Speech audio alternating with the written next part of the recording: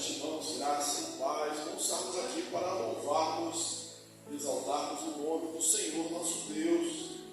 Estamos estudando o livro de Atos dos Apóstolos. Hoje vamos estudar o capítulo 7. O capítulo 7 de Atos dos Apóstolos, o discurso de Estevão, e ele é o maior capítulo do livro de Atos. Sabe quantos versículos tem? Não são 10, não são 20, são 60 versículos. 60 versículos. Eu vou pedir você para me ajudar na leitura. Eu leio o texto, que você para me ajudar, os ímpares, você lê o par, e vou confiar que você vai ler forte e bonito. Tá bom? Nosso propósito ler a Epístola de Atos, então não faz sentido a gente apenas comentar sem ler. Vamos ouça a mensagem de Estevão e acredite, ele tem grande poder de síntese. Teve um grande poder de síntese, que é um resumo, é um perfeito resumo. O sermão dele, ele resume o Antigo Testamento inteiro. Então ele pegou o Antigo Testamento e resumiu em 60 versículos. Então a gente pode dizer que tem um grande poder de síntese. Vamos ler o texto? Pode ficar sentido você dar, porque isso é bastante tenso. Vamos ver então. Ler os versículos ímpares, os irmãos dos pares. Então lhe perguntou o sumo sacerdote: porventura é isso assim? Estevão respondeu: varões, irmãos e pais, ouvi. O Deus da glória apareceu a Abraão, nosso pai, quando estava na Mesopotâmia, antes de habitar em Harã. E lhe disse: sai da tua terra e da tua parentela, e vem para a terra que eu te mostrarei. Então saiu da terra dos caldeus e foi habitar em Harã. E dali, com a morte do seu pai, Deus o trouxe para esta terra em que vós agora habitais. Ela não lhe deu herança, nem sequer o espaço de um pé, mas prometeu dar-lhe posse dela, e depois dele a sua descendência, não tendo ele filhos. E falou Deus que a sua descendência seria peregrina em terra estrangeira, onde seriam escravizados e maltratados por 400 anos. Disse Deus: julgarei a nação da qual foste escravos, e depois disso sairão daí e servirão neste lugar. Então lhe deu a aliança da circuncisão. Assim nasceu Isaque, e Abraão o circuncidou ao 8º dia. De Isaque procedeu Jacó, e deste os patriarcas. Os patriarcas, invejosos de José, venderam-no para o Egito, mas Deus estava com ele. E livrou-o de todas as suas aflições, concedendo-lhe também graça e sabedoria perante Faraó, rei do Egito, e o constituiu governador daquela nação e de toda a casa real. Sobreveio, porém, fome em todo o Egito, e em Canaã houve grande tribulação, e nossos pais não achavam alimentos. Mas, tendo ouvido Jacó que no Egito havia trigo, enviou pela primeira vez os nossos pais. Na segunda vez, José se deu a reconhecer por seus irmãos e se tornou conhecida de Faraó a família de José. Então José mandou chamar a Jacó, seu pai, e toda a sua parentela, isto é, 75 pessoas. Jacó desceu ao Egito e ali morreu ele e também nossos pais. E foram transportados para Siquém e postos no sepulcro que Abraão ali comprara a ele os filhos de Jacó. Como, porém, se aproximasse o tempo da promessa que Deus jurou a Abraão, o povo cresceu e se multiplicou no Egito. Até que se levantou ali outro rei que não conhecia José. Este outro rei tratou com astúcia a nossa raça e torturou os nossos pais, a ponto de forçá-los a enjeitar seus filhos para que não sobrevivessem. Nesse tempo nasceu Moisés, que era formoso aos olhos de Deus. Por 3 meses foi ele mantido na casa de seu pai. Quando foi exposto, a filha de Faraó o recolheu e criou como seu próprio filho. Moisés foi educado em toda a ciência dos egípcios e era poderoso em palavras e obras. Quando completou 40 anos, teve a ideia de visitar seus irmãos, os filhos de Israel. Vendo um homem tratado injustamente, tomou-lhe a defesa e vingou o oprimido, matando o egípcio. Ora, Moisés cuidava que seus irmãos entenderiam que Deus os queria salvar por intermédio dele. Eles, porém, não compreenderam. No dia seguinte, aproximou-se de uns que brigavam e procurou conduzi-los à paz, dizendo: Homens, vós sois irmãos, por que vos ofendeis uns aos outros? Mas o que agredia o próximo o repeliu, dizendo: Quem te constituiu autoridade e juiz sobre nós? Acaso queres matar-me, como fizeste ontem ao egípcio? A essas palavras, Moisés fugiu. Tornou-se peregrino na terra de Midian, onde lhe nasceram 2 filhos. Decorridos 40 anos, apareceu-lhe no deserto do Monte Sinai um anjo por entre as chamas de uma sarça que ardia. Moisés, porém, diante daquela visão, ficou maravilhado e, aproximando-se para observar, ouviu-se a voz do Senhor. Eu sou o Deus dos teus pais, o Deus de Abraão, de Isaque e de Jacó. Moisés, tremendo de medo, não ousava contemplá-lo. Disse o Senhor: Tira a sandália dos pés, porque o lugar em que estás é terra santa. Vi com efeito o sofrimento do meu povo do Egito, ouvi o seu gemido e desci para libertá-lo. Vem agora e eu te enviarei ao Egito. A este Moisés, a quem negaram reconhecer, dizendo: Quem te constituiu autoridade e juiz? A este enviou Deus, o chefe e libertador, com assistência do anjo que lhe apareceu na sarça.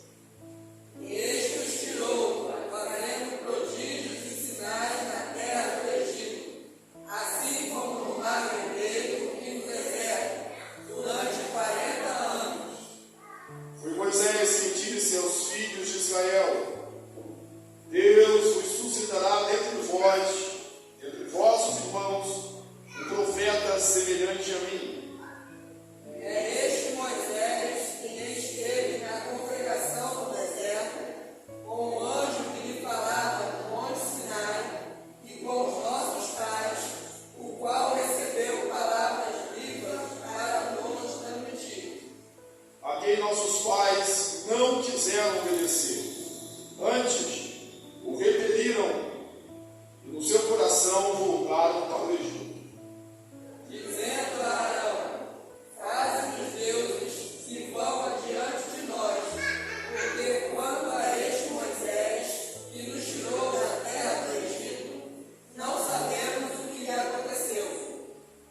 Naqueles dias fizeram um bezerro e ofereceram um sacrifício ao ídolo, alegrando-se com as obras das suas mãos.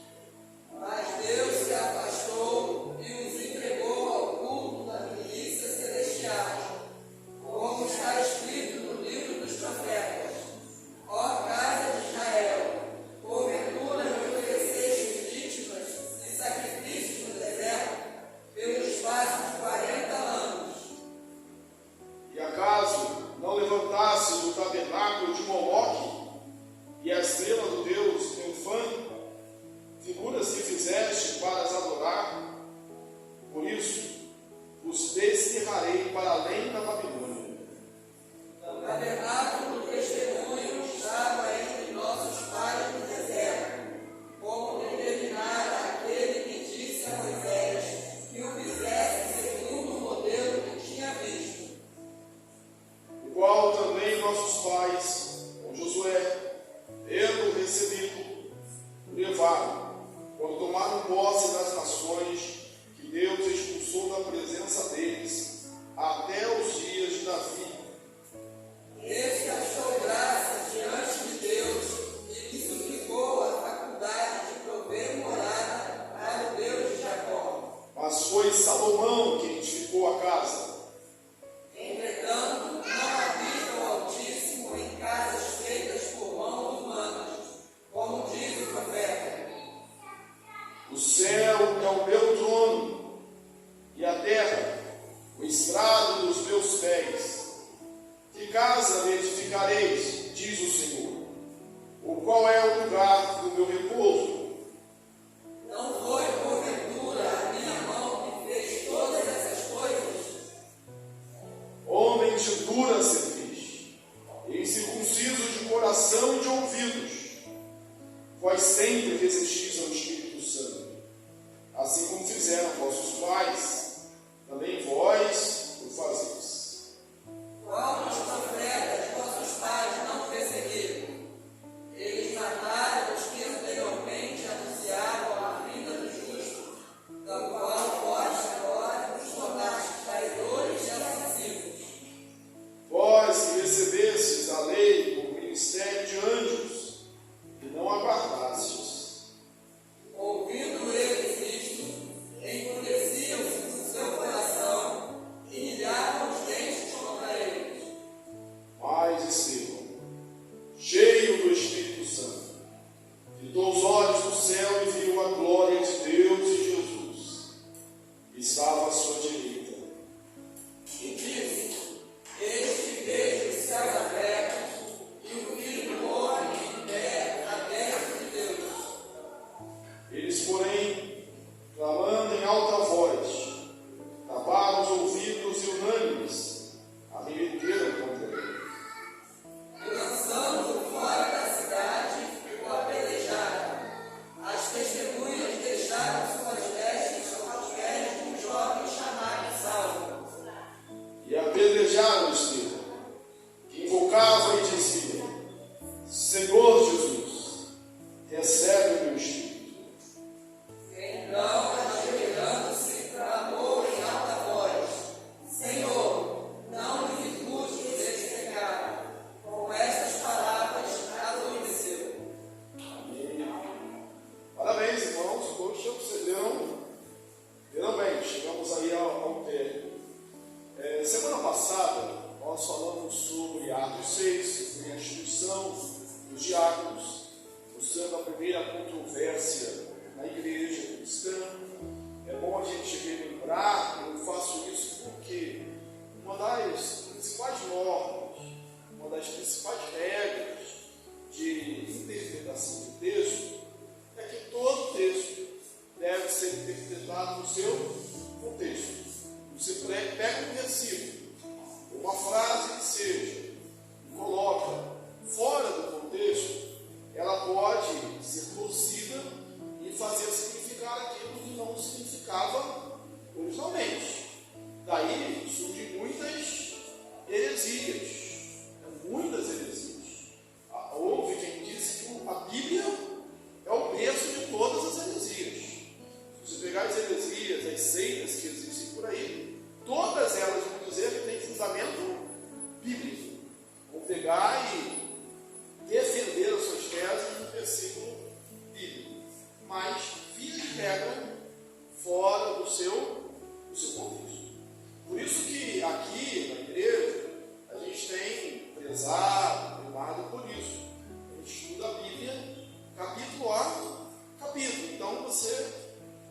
uma forma ou de outra, né? Mesmo que haja uma dificuldade, você vai lembrar de um contexto geral, por exemplo, do estudo atual, do livro de Atos dos Apóstolos. Né?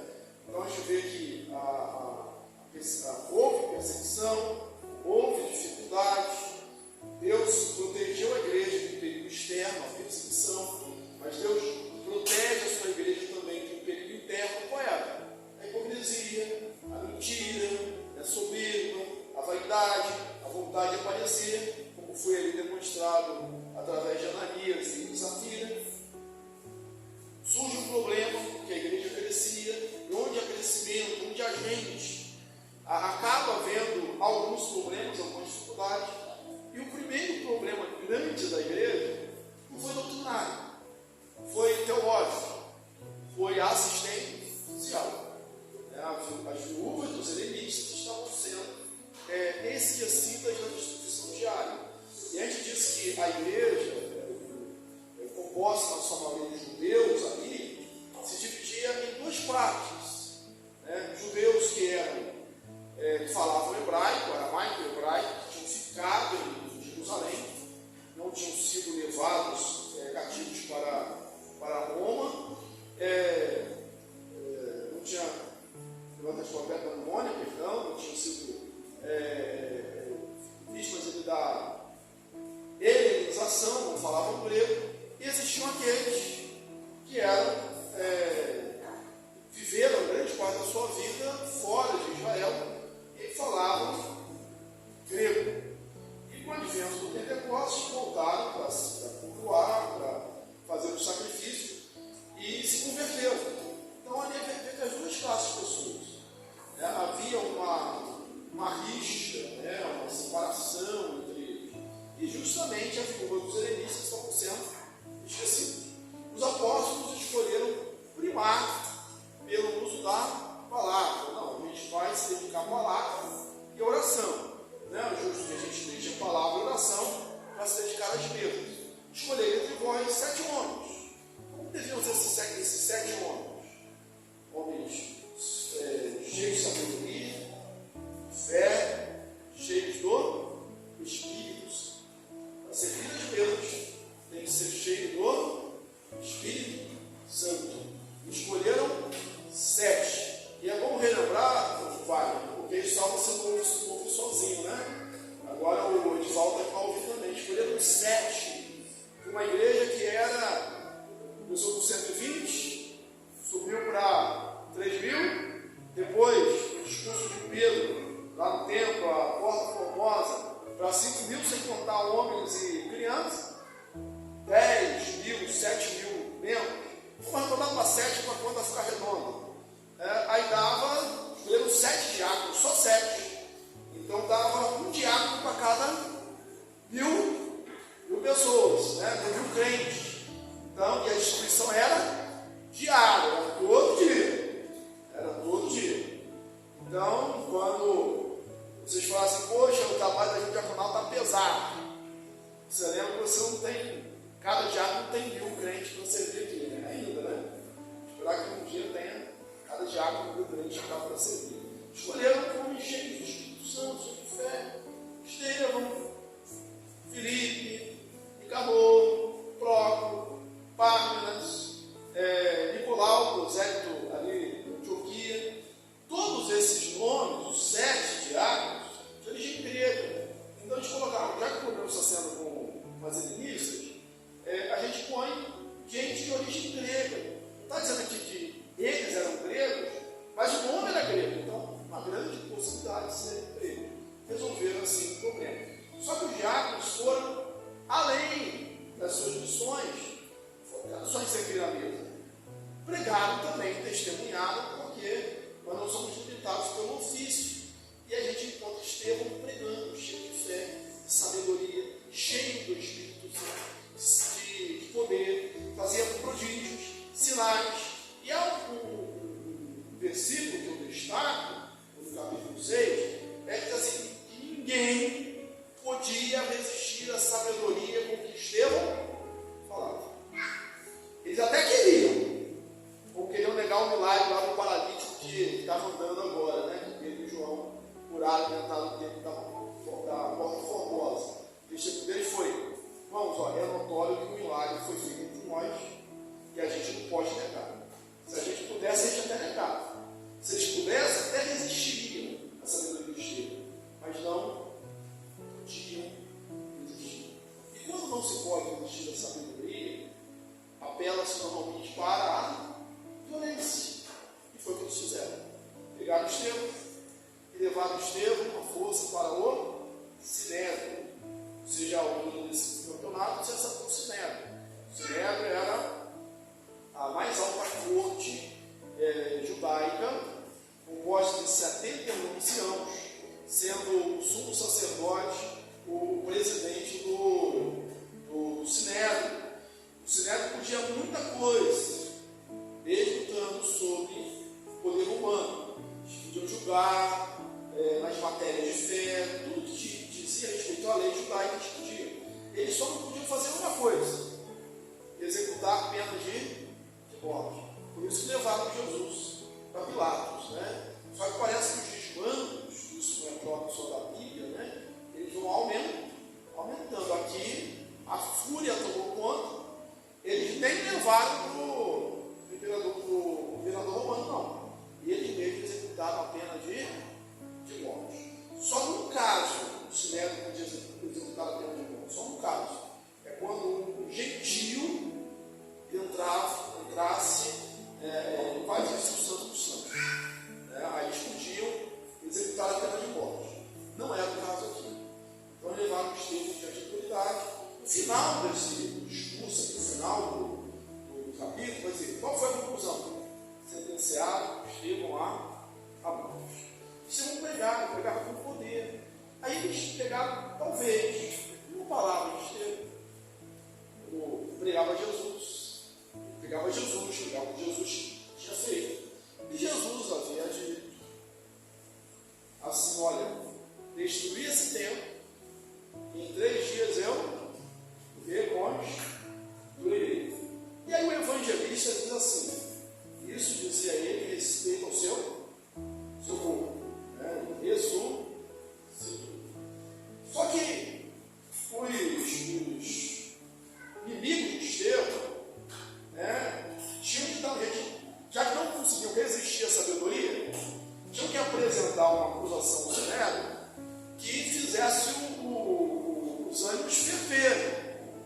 Eles não podiam chegar assim: olha, esse homem aqui fala muito bonito, ele sabe muito da Bíblia, né? E ele está falando aí de Jesus, e a gente não consegue debater com ele, resolve isso aqui para a gente. Não, ele blasfema, ele fala contra o templo, ele fala contra Moisés, ele prega a respeito desse Jesus, que disse que ia destruir o templo, e ele está falando contra o templo. Isso era verdade?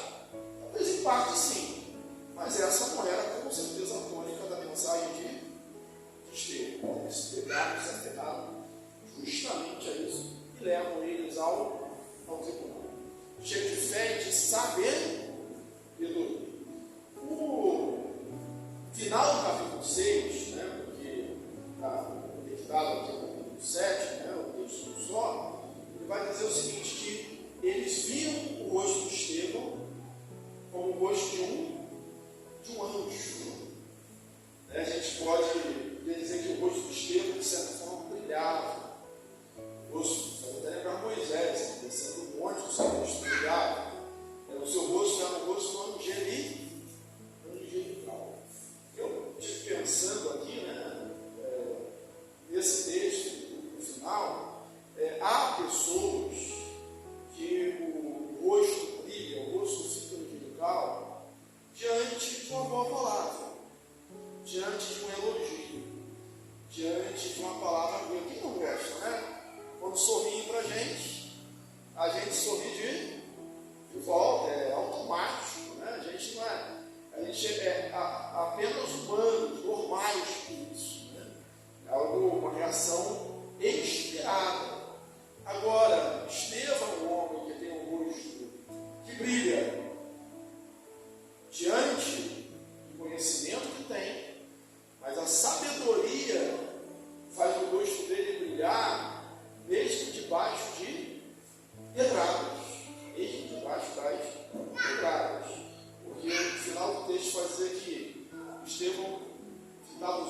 céus, via o céu aberto, e via Jesus à direita do Pai. Vamos ao discurso dele, né? Mas esse pensamento vai deve nortear a nossa conduta prática. Olha, ter um rosto brilhante, um rosto angelical, diante das boas palavras, diante dos bons momentos, diante da aceitação, qualquer um pode ter. Agora, ter um rosto angelical, diante da resistência, diante das ameaças, diante da iminência da morte, diante do martírio, aí só para gente com a gente, ou pelo menos se a gente puder dizer isso com cuidado diante de Deus. Gente cheia de Espírito Santo, de fé, de sabedoria. Isso foi o que aconteceu com o Estevão, o primeiro mártir da igreja. Mas vamos ao discurso dele. Primeiro, termo do capítulo 6, que ele vai apresentar, já no capítulo 7,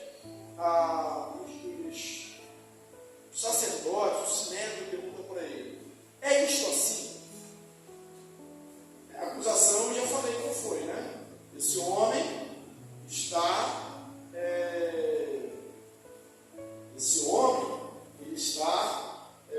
pregando contra o templo e contra Moisés. Isso era o máximo da religiosidade deles. Estão pregando contra o templo e contra Moisés. Essa foi a acusação. Aí, os membros do Sinédrio perguntam: é isto assim? Vamos, a forma de responder diz muita coisa. Às vezes nós somos precipitados. Estevão foi condenado porque era um grupo de homens escrupulosos, religiosos, porém sem escrúpulos, sem caráter, era mais alta corte, mas não tinha compromisso com a verdade, com Deus, com a lei, porque o discurso dele foi perfeito. Se a gente fosse colocar a defesa dele foi perfeito. E ele começa assim. A pergunta é isto assim? O que a gente, na frenesi da nossa vida, não, mentira! Mentira! São um bando de mentirosos. Irmãos, olha só, ele não está numa tribuna da igreja, não está fazendo um discurso diante dos formandos, no segundo orador da sua classe. Ele está diante da família, que se reuniu, discurso, não está não. Ele está ali na iminência da morte. Ele sabe que ele está, como o pessoal diz, com a corda no pescoço. E aí ele fala para aquele sinédrio, mesmo que tinha condenado Jesus, mesmo que tinha cometido várias injustiças, mas como é alguém que está revestido de autoridade, ele é assim: irmãos e irmãs, ouve. Então ele começa já com uma saudação respeitosa. E assim que todos nós devemos nos portar. Porque a gente perde a razão quando a gente age com a autoridade de forma de respeito respeitosa. A gente pode até não concordar, a gente pode ter a certeza que estamos sendo injustiçados. Mas agir com respeito não vai ajudar em nada. Desde a esfera civil e dentro de casa mesmo. Honra teu pai e tua mãe. O pai e mãe a gente fala de maneira respeitosa. As cartas de Paulo pode ser isso, né? Olha, fala com os mais velhos como se fossem pais. Aqueles da sua idade como se fossem irmãos. Então, mantenha ali a distinção pelo título que se tem. O sinédrio pode ser sacerdotes, sobretudo anciãos. Então, pessoas mais velhas, judeus, prezavam muito por esse respeito aos mais velhos, irmãos e pais. Quantos versículos tem? Capítulo 7, que nós vamos ver? 60. Ele não foi precipitado, ele fez um discurso longo, nada obstante resumido, e ele fala daquilo, irmãos, que é comum. O que os escribas, o que os sacerdotes fizeram? Eram mestres da lei. O que eles conheciam? Lei. O que faziam os olhinhos deles brilhar? Ouvir a lei, ouvir a história. Né? A gente conhece as pessoas, né? A gente está numa festa. Isso não é falsidade, é sabedoria, tá? É inteligência, é aquele conviver. Você encontra uma pessoa, ela está numa festinha lá, você sabe que a pessoa gosta de alguma coisa. Aí você puxa o assunto daquela coisa que ele gosta, né? Vai com Marcelo, pô, e o jiu-jitsu, né? O jiu-jitsu é legal, né? Aí ele já ganhou um dia para ele, ficou feliz porque está falando de algo que ele pratica. Então eles pegaram algo, o Cristiano pegou uma base comum. E para se dialogar, tem que ter uma base comum. Então é a lei. Aí ele fala de toda a lei. Ele resume a lei. Só para você ter uma ideia da capacidade de síntese dele, Josué e Juízes, ele resume num versículo só, versículo 45. Ele resume o livro de Josué e Juízes, os livros de Josué e Juízes num versículo 45. Ó. E também Josué, né? Ele tomou a posse da terra até os dias de Davi. Então ele foi um grande poder de síntese. Mas como que ele começa? Ele começa lá na raiz. Né? Ele fala assim: Abraão, lembra de Abraão, nosso pai? Como que ele foi chamado lá na terra, junto dos caldeus, de Arã, aí da região da Mesopotâmia, quando ele era um só, né, sem filhos, sem descendentes, sua esposa já idosa, a impossibilidade dele, ele sai da tua terra, ele recebeu um chamado, ele atendeu o pai da fé. Aí, essa história a gente conhece. Mas o que ele está dizendo? Ali tinha Jerusalém. Quando Deus fala para Abraão, tinha Jerusalém como habitação dos judeus? Não. Tinha templo?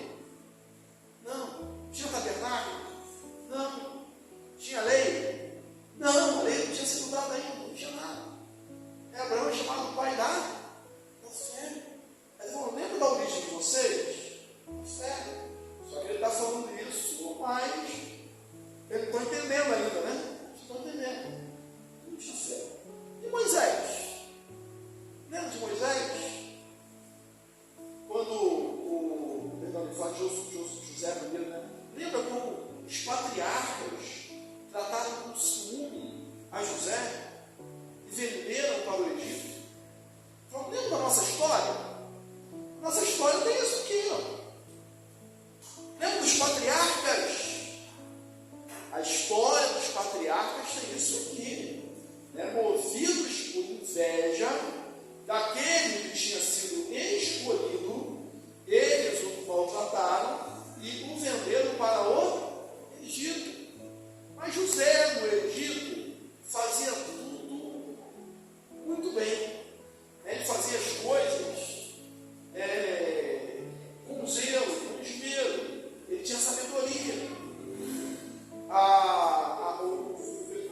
O capítulo 50, fugiu a memória aqui, esse é o 50, esse 21, um versículo que resume a vida de José. Ele diz assim: os irmãos, depois da morte do pai, vão pedir para ele nosso pai falou, não tinha falado nada, né?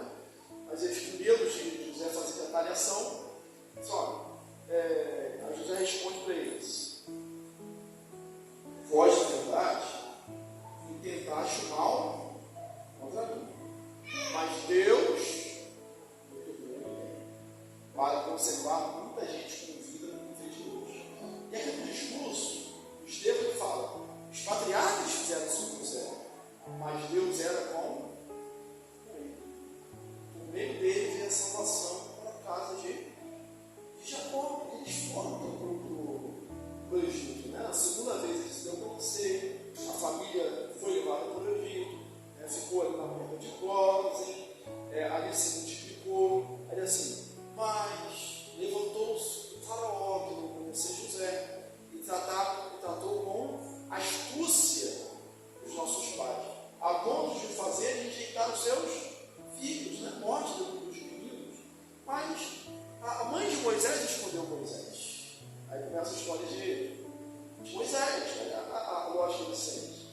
cego, com a corda no pescoço.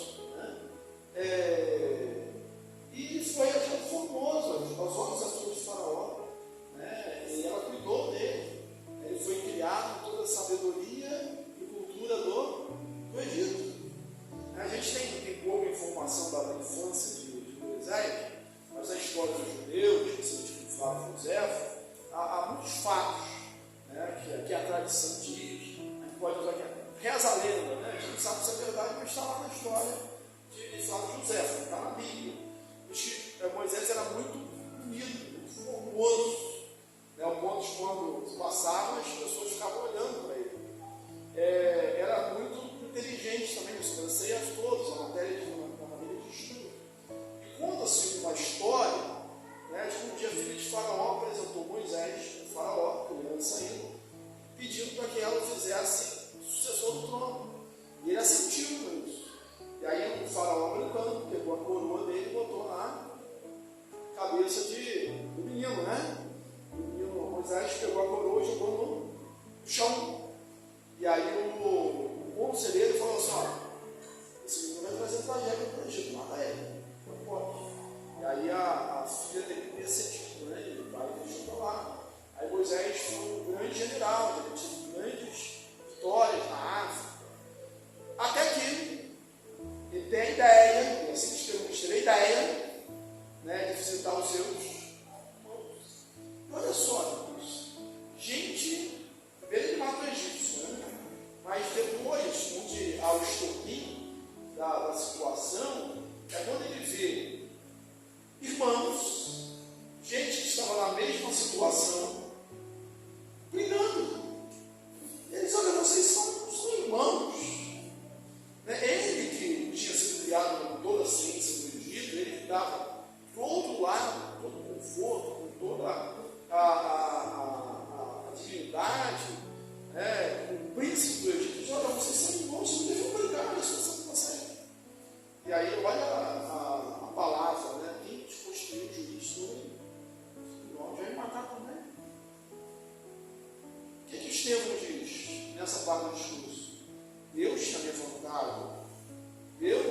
Moisés pensou que eles iam entender que Deus tinha enviado. Mas eles não entenderam. E Moisés fugiu. Já tinha 40 anos. Já fugiu, ficou 40 anos no deserto. Aí Deus falou com ele na sarça. E Deus o enviou para libertar o povo no cativeiro. A este Moisés que o povo tinha rejeitado.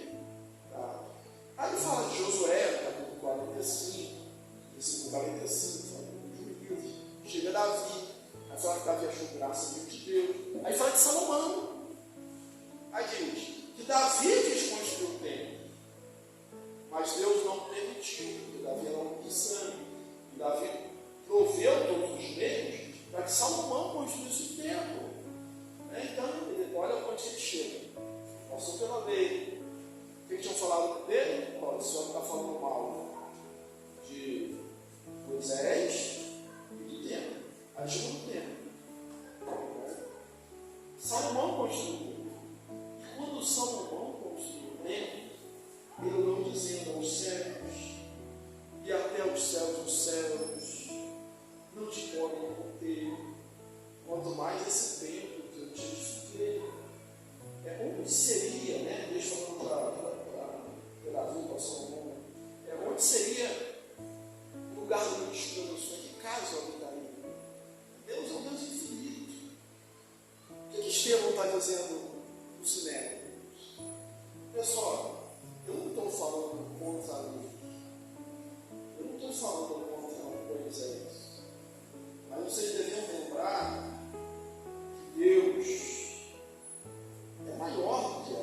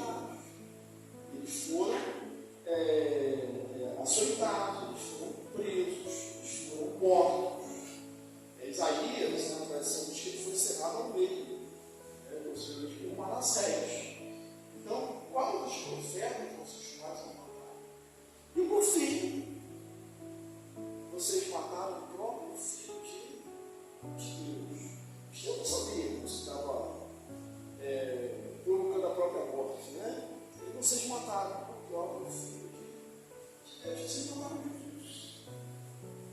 Ele veio, Deus se encarnou. Esse profeta que Moisés falou era Jesus. E vocês mataram Jesus.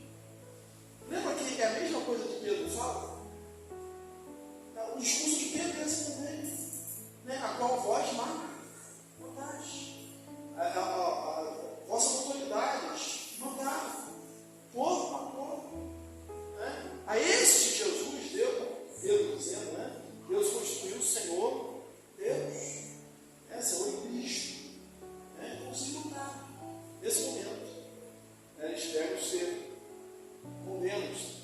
Né? A condenação é levada para um lugar alto, mãos amarradas e jogadas. Se a pessoa morresse na queda, tinha acabado. Se não, eles tacavam um monte de pedras até a pessoa morrer. Chegou a morrer na queda. E aí ele vira ao céu e vê Jesus. A desce do Pai. E aí ele diz algo que devia ajudar, né? Sabe, eu vejo Deus, né? Eu vejo Jesus, a desce de Deus. Isso é tudo besteira. Isso foi alívio da dor, isso foi refrigério, isso foi a coroa, isso foi a glória. Né? Se o rosto dele brilhava antes, imagina agora. Né? Imagina agora. Ele deve ter fechos de luz assim. Simbolicamente falando, né? Por baixo das pedras. Porque agora estava vendo Jesus, a glória do Pai. Quando viram isso, eles tiveram na cabeça deles a ideia blasfêmica, está chamando de Deus, E aí morre o primeiro mártir da igreja, o nome Estevão, mas sempre pregou, cheio de fé, de autoridade, de sabedoria, e quando foi preciso se defendeu em termos respeitosos, né? Se a gente vai sofrer no desespero, a gente sofra por pregar o Evangelho, a gente sofra por Cristo, e não por os guerreiros embalsameiros, os cimitarões, os batores, né, etc. Então, esse Estevão morreu, está pregando o Evangelho. Levando agora aqui uma última curiosidade, Estevão, teoricamente, foi condenado injustamente, porque o Sinédrio podia condenar a morte, mas já sabe que devia ter o aval de Roma, como foi no caso de Jesus, que também foi um homem injusto. Mas qual foi a causa? Olha, então foi destruir. Isso é mentira, isso não pode. Mas você sabe, eu também, que o templo realmente foi destruído. Não é isso? Então, mesmo as falsas testemunhas, eles não tinham nem razão. Se você pensar, a notícia é falsa, não é. Vai acontecer sim, vai acontecer agora.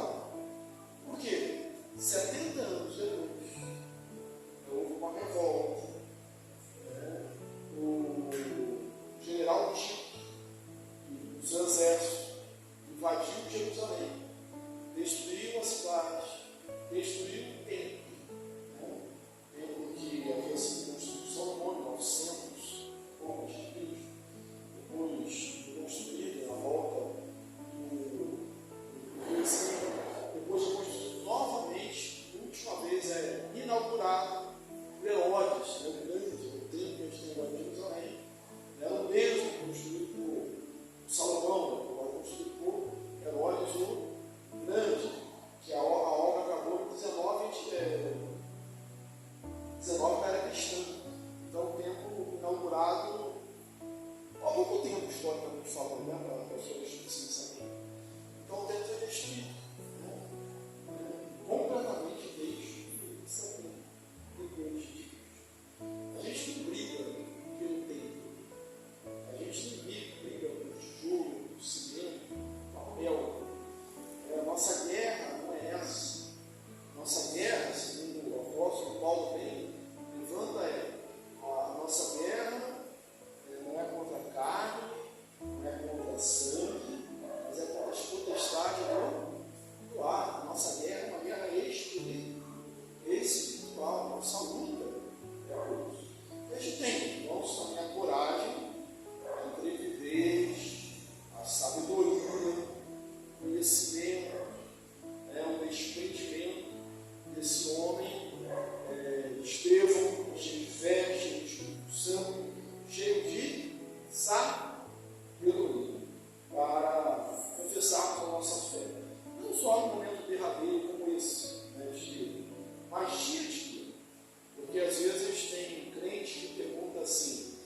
mas será que quando, na hora lá, será que fulano vai negar a fé? Eu perguntaria, a gente nega a fé todo dia. A gente nega a fé todo dia. Você deixa de obedecer o Evangelho, deixa de pregar o Evangelho,